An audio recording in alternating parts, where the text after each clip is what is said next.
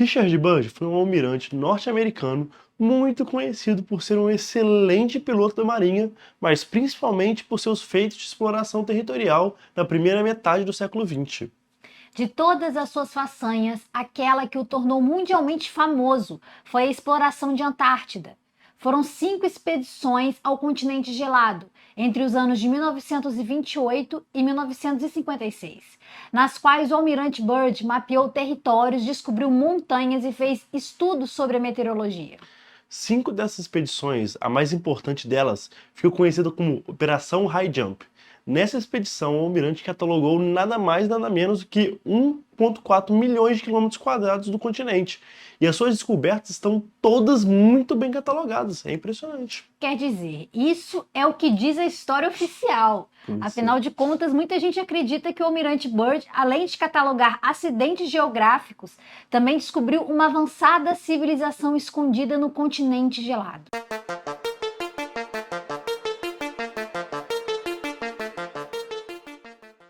Em primeiro lugar, precisamos lembrar que, assim como existem pessoas que defendem que a Terra não é esférica, mas sim plana, existem ainda outro grupo de pessoas que defendem que a Terra é sim esférica, mas que o seu interior é completamente oco e que nesse lugar habitariam muitas civilizações desconhecidas para nós, seres da superfície. Essa teoria seria necessária para outro vídeo, para a teoria da Terra Oca. Mas o mais importante aqui é levar em conta que a história do almirante Byrd e de suas supostas descobertas se refere justamente ao interior da Terra. O que se afirma, geralmente, é que no contexto da citada Operação High Jump, o almirante Byrd teria viajado ao interior do planeta no dia 19 de fevereiro de 1947 e lá teria se deparado com uma civilização muito mais avançada que os seres da superfície. Seriam eles os Ariane. Bom, muitos afirmam, inclusive, que os nazistas acreditavam ser descendentes desse tal de Ariane, no interior da Terra, né? Que seria um tal raça ariana. Caraca, faz sentido, da qual eles também achavam que eram. Bom, mas de qualquer forma, os que acreditavam nessa tal viagem ao interior da Terra, realizada pelo Byrd, afirmam que suas descobertas estão muito bem catalogadas em seu diário de viagem, no caso, né?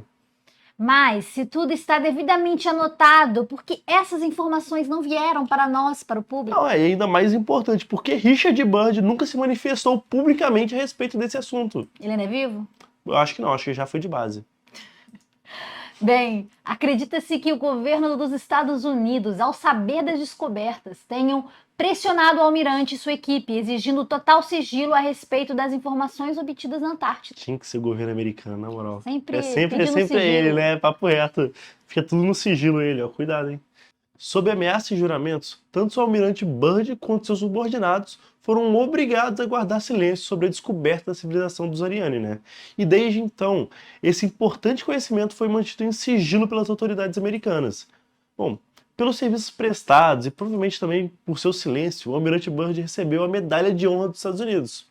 Especula-se, inclusive, que o governo americano já sabia da existência dessa civilização e que a expedição do almirante seria nada mais do que uma missão de reconhecimento do território há muito tempo conhecido como Agartha. Ou seja, como uma versão moderna da descoberta do Brasil. Todo mundo já sabia que havia algo por ali, mas era necessário algum corajoso ou doido, né? O suficiente para ir lá. Certo, mas se o almirante Byrd foi proibido pelo governo norte-americano de relatar qualquer uma de suas descobertas para o grande público, como é que suas experiências com os Ariane se tornaram conhecidas? Bom, a resposta para essa pergunta reside na teoria que o diário do almirante Byrd, contendo as descrições das suas descobertas, guardado em segredo durante quase 10 anos, foi disponibilizado pelo próprio Byrd em 1956, pouco antes da sua morte, viu? Ele foi realmente de base. Segundo as anotações feitas no diário pelo almirante, ele pressentia que o seu fim estava próximo. E era o seu desejo que todo aquele conhecimento não fosse perdido com a sua morte. Tá Amém, certíssimo, amém, tá certo pra tem que caralho. falar mesmo. Pô, e eu acho que não é nem só isso, uma coisa que é secreta, assim, eu acho que, pô, tem muito autor que eu acho que deveria fazer isso, tipo, pô, tô perto de morrer, pô, vou deixar minha obra, assim, tipo, tão de ficção. Imagina se, antes de morrer, o Tolkien vai lá e libera Senhor dos Anéis. Ou tipo, a... Pô, se ele liberar com o final, ok. Agora, se ele liberar pra ter uma continuação, galera, Ah, vai mas ficar tem que. bolada. Mas se continuar com direito autoral, aí nem os fãs vão poder continuar vão poder Reprodução. continuar a história. Ou seja, a história morre ali, fica sem final mesmo. E aí vem o estúdio merda, vai lá e faz um final totalmente cocô. Isso aí eu tô vendo pra você, Disney, Lucasfilm, tá? Vou acabar com vocês um dia. Mas tudo bem. Hoje, o texto do suposto diário é bem conhecido, sendo composto por minuciosas descrições de cada etapa da viagem empreendida pelo Almirante Byrd, né, naquele ano de 1947. No início do relato, podemos acompanhar alguns procedimentos padrão, no caso dos voos tripulados, os preparativos para a decolagem, a altitude alcançada e turbulências, coisas do tipo. Bom, mas depois de mais de 3 horas de voo, o Almirante Byrd relata uma visão de montanhas que não deveriam estar naquele lugar. E ao se aproximar mais daquela cadeia de montanhas, ele se surpreende ao perceber que elas estão cobertas de uma abundante vegetação, ao invés de gelo, como seria esperado, né? No meio da Antártica, convenhamos. É. E assim, no alto da montanha, né? Um negócio surreal. Verdade. Após diversas manobras entre as montanhas, o almirante percebe que ele e sua equipe já não são capazes de ver a luz do sol, mas o lugar ainda está muito bem iluminado por alguma outra fonte de luz que ele não foi capaz de identificar. Nossa, surreal, né? Bom, mas na sequência, diversos outros eventos muito estranhos foram anotados também. Tipo, a temperatura fora do avião era de cerca de 23 graus Celsius. Convenhamos, muito mais elevado do que seria esperado no Polo Sul, né? E em determinado momento, ao reduzir a altura do voo, o almirante conseguiu ver um mamute vivo, andando tranquilamente no chão verde logo abaixo. Coisa surreal mesmo. Que é isso, gente? Bom, transcorridas quase 5 horas de voo, o avião do almirante foi cercado por aeronaves de um tipo desconhecido. Momento no qual Byrd perdeu o controle do seu avião, que passou a ser guiado por uma força externa. Ih, É tipo um Byrd. triângulo das Bermudas. Byrd tava lelé da cuca. Tava muito lelé, tadinho. Usou Bom, alguma coisa que não devia naquele voo. papo reto, cogumelo da Antártica, deve ser forte.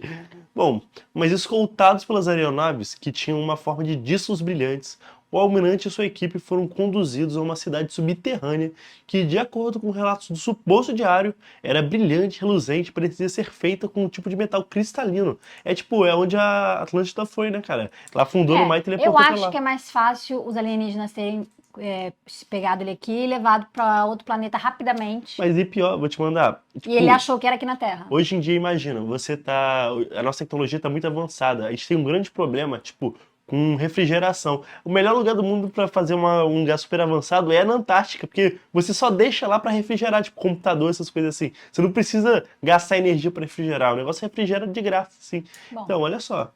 Mas olha, gente, vamos continuar. Tá bom, vai. Ao aterrissarem, os almirantes e seus homens foram recebidos pelos moradores daquela cidade, que se comunicaram com eles em inglês e os Bilíngue. conduziram a um grande edifício. Gente, por que eles falam inglês no centro da Terra? São bilíngue, pô. Bom, lá eles foram recebidos por um homem conhecido como Mestre, que seria o líder daquele povo. Eu tô achando que esse cara tá viajando. Ah, não, demais, cara. Os aliens fez brasas, tá ligado? Pra falar inglês tranquilo, mas tudo bem. Bom, segundo Byrd, o mestre explicou ao almirante que sua viagem ao mundo dos Arani não foi acidental. Ele e sua tripulação foram atraídos até aquela cidade, porque o mestre precisava entregar-lhes uma importante mensagem. Busque conhecimento. De acordo com aquele misterioso homem, os Ariane, que é uma raça séculos mais avançada que os humanos da superfície do planeta, acompanhavam à distância todos os acontecimentos importantes para a história da humanidade. Isso mudou, porém, 2 anos antes, em 1945.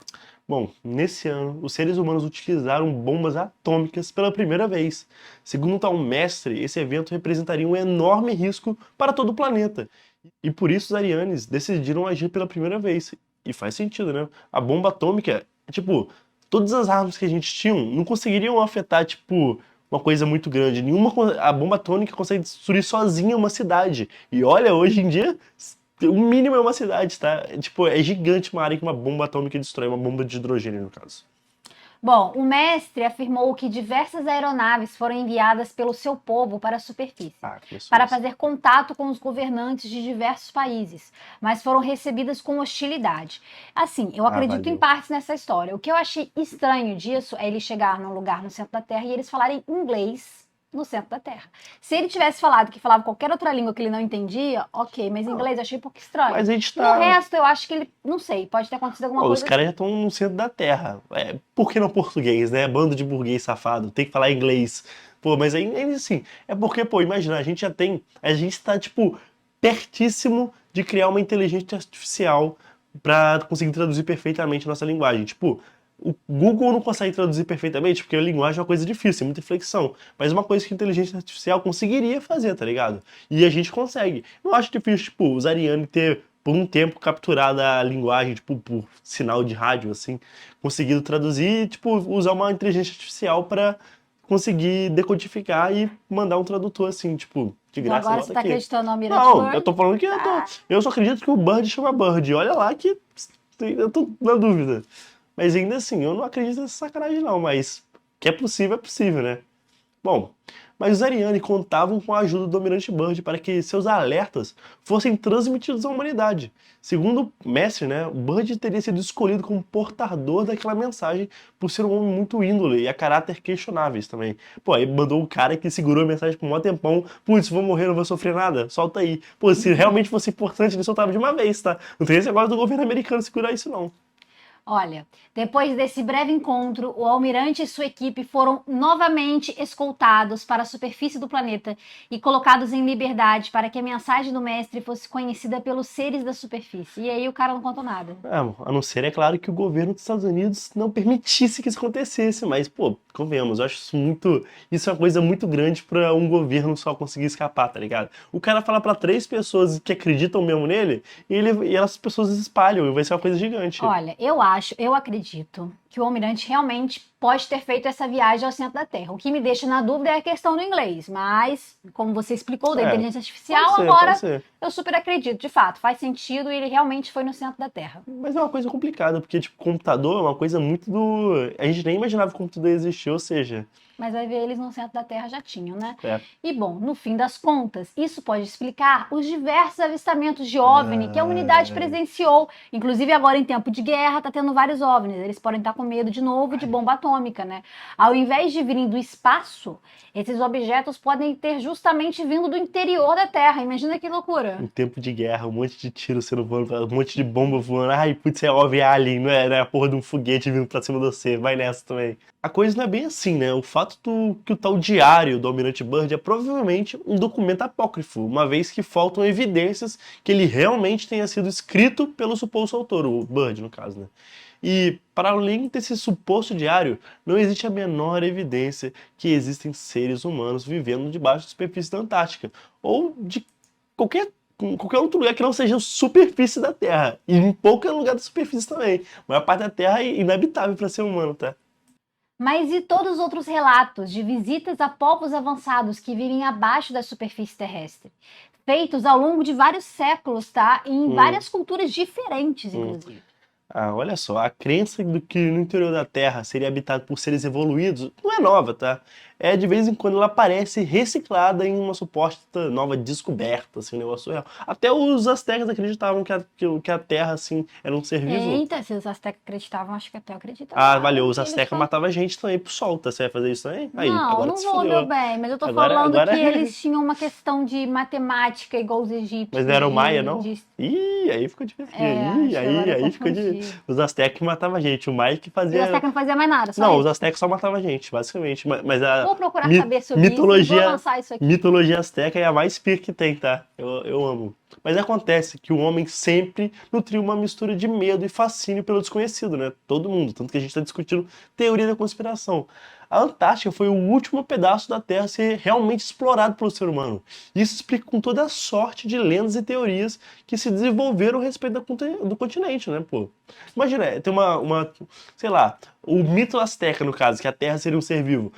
É só você pegar no imaginário novo e botar na Antártica, tipo um gigante de gelo que tá lá vivendo. Oh, é uma coisa tipo isso.